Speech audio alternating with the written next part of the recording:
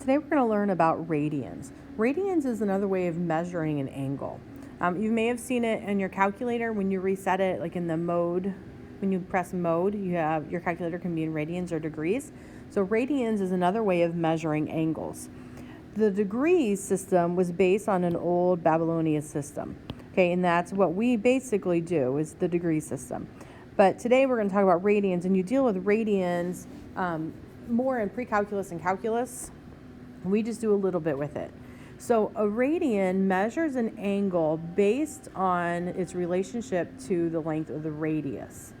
So it's just really seeing how many times or how many radii take up that space, like that angle opening.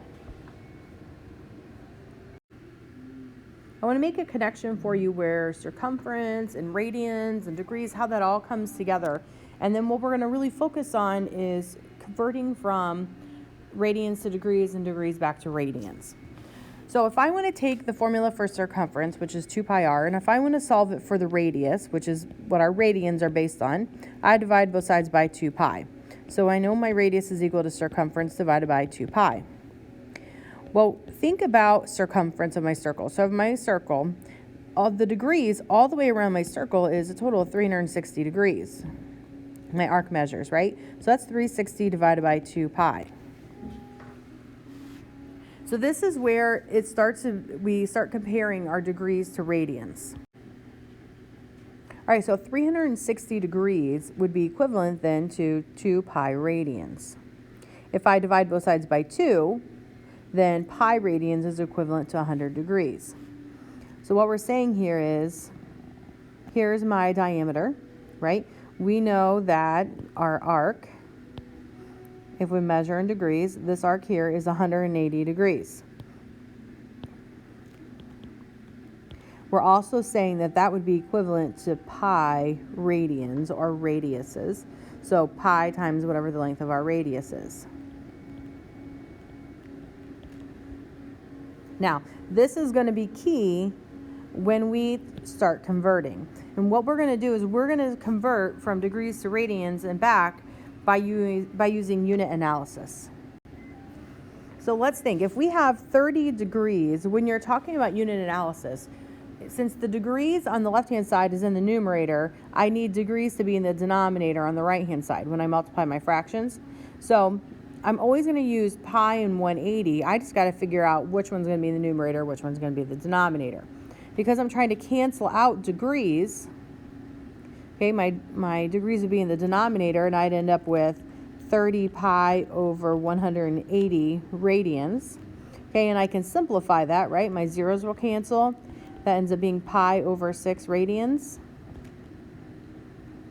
Okay, I can also do the same thing going from 4 pi over 9 radians. I'm going to convert it to degrees. So that means since radians is in my numerator, I need to get my radians in the denominator over here, which is why I have 180 in the numerator. So I have 4 pi over 9. I need to take that times 180 pi. This is another example of why we don't get rid of pi, why we don't put it in our calculators, because I can divide out a pi here, right? I also know 180 divided by 9, that's going to be 20. So 4 times 20 gives me 80 degrees. Okay, so a lot of cross-canceling here happens, which is really nice. So if you can do this without your calculator, even better. All right, so let's give these a try here. So I want you to take a few minutes. I want you to convert each one, either if it's in degrees, convert to radians. If it's in radians, convert to degrees. I'm going to have the substitute pause the video. And when you're ready, he or she will hit play, and you'll be able to move on, and I'll go over the answers. Okay, hopefully you've had enough time. We're going to go ahead and go over the 4 answers here. So the first one, we're in degrees, and so I need to convert that to radians. So I have 45. Because I want to convert to radians, I need to cancel out my degrees, so there's 180 in the denominator, pi in the numerator. So I have 45 pi over 180. I can factor out a 45, and I'm left with pi over 4. Number 2, I have pi over 3 radians. Okay, I'm trying to cancel out my radians, so I went pi in the denominator, I went 180 in the numerator. So the pi's will cancel. 180 divided by 3 is going to give me 60. So that's 60 degrees. Number 3, I have 150 degrees. I want to go to radians, so I need my degrees in the denominator, pi in the numerator. Okay, so I can cancel out a 0, so I'm dividing by 10, then I can factor out a 5. When I do that, I'm left with 5 pi over 6. Then the last one, I have 5 pi over 3. I need to multiply that by 180 over pi, because I'm going to cancel out my radians, so my pi's will cancel. If I factor out a 3, this becomes 60. So I end up with 5 times 60 in my numerator, which is 300 degrees. Now, granted, we don't usually deal with 300 degrees, but keep in mind, our main goal here is just to convert back and forth. Tomorrow, we're going to work with it in terms of something called arc length, but we'll deal with that tomorrow. For your homework today, I have a maze for you.